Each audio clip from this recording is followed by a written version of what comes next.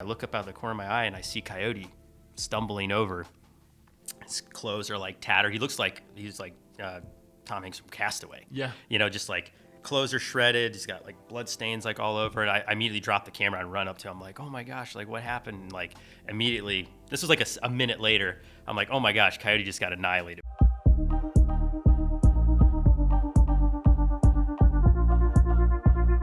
To wrap this up, I want to hear the craziest story that you got. Something Right. that comes to your mind that just gives you shivers even thinking about. I mean, I'm not going to lie to you. There's a lot of crazy stories that have happened to us over the years, but you know, we've been talking so much about how we started. My mind is immediately going back to our first ever international trip. And this actually happened well before the YouTube channel. This is back in the sizzle reel days. Right. That's the fun word for it. We were in Costa Rica, the first time we'd ever traveled out of the country to film anything.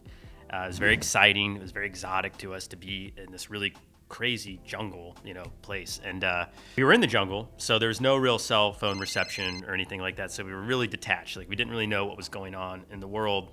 And we were, filming like a bunch of like really cool frogs and snakes and all these awesome things. And we emerged from the jungle a couple of days later, and we saw this beautiful beach vista, like on the west coast of Costa Rica. I didn't even know. What is that? What's a beach vista? Like just a beautiful view. Oh, of the beach, I'm sorry. like big rocks with waves crashing Sorry, I'm on thinking them. like an animal. Carry on. I'm gonna edit myself. No, leave it in. It's fine. We got to learn things. What was really unique about this beach is that there were no people on it. And we're like, this is perfect. We're going to get the best B-roll footage ever of Costa Rica. So little did we know, about 12 hours before this point, an earthquake had hit Japan. And there was this was the tsunami causing an earthquake. And there was tsunami warnings all up and down the Pacific coast, even in California, I believe, Right. At the time. We didn't know this, and that's why there's no one on the beach. But naively, not knowing, we went up and we started filming this scene where Coyote was out on a rock ledge, and the waves were crashing like perfectly, just like the sun was coming down and like a beautiful mist was coming up, and I'm like, go stand up on that rock, and I'm gonna get the hero shot, And he was like, this is great. We timed a couple waves, and we're like, that's about where you stand. And we're like, okay, hang on, let me get the camera set. And writing down the shot log, and all of a sudden I hear this like noise, and I glance up and I just see a wall of water go like this past us.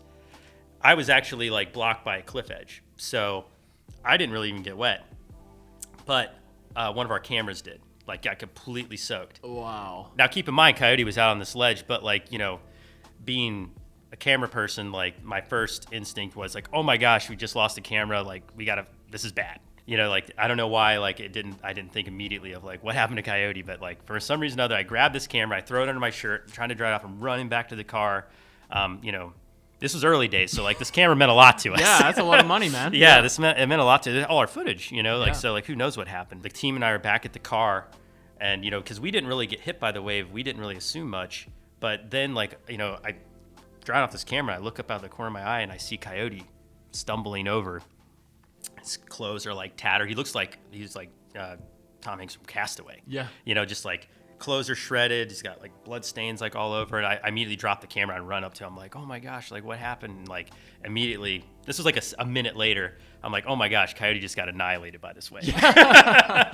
And it wasn't really a tsunami. It was like a big rogue wave. Certainly was caused by the event, but like, we're talking like you can see footage on our channel. It's actually the shot we still leave in our trailer because it's so crazy. Wow. Welcome to the Brave Wilderness channel. And you can see like this 15-foot wall of water just pow. Wow. Take him out.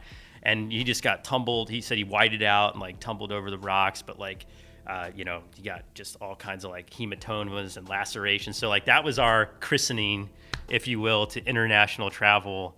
And now we really pay attention to weather and news. Yeah, we're out of the country, but yeah, that was a eye-opening experience, and certainly Coyote healed and he's fine, but it was a lesson well learned that safety's first always. Right, and the Brave Wilderness was born. Well, that is a pretty epic way to end this episode, Matt. I want to say a huge thank you for coming on the show, guys. You've been listening to the How'd You Do It podcast here at the Herdwell HQ. My name is Xavier Brinkman. I've been chatting with Mark Vins. Thanks again, mate, and we'll catch you next week.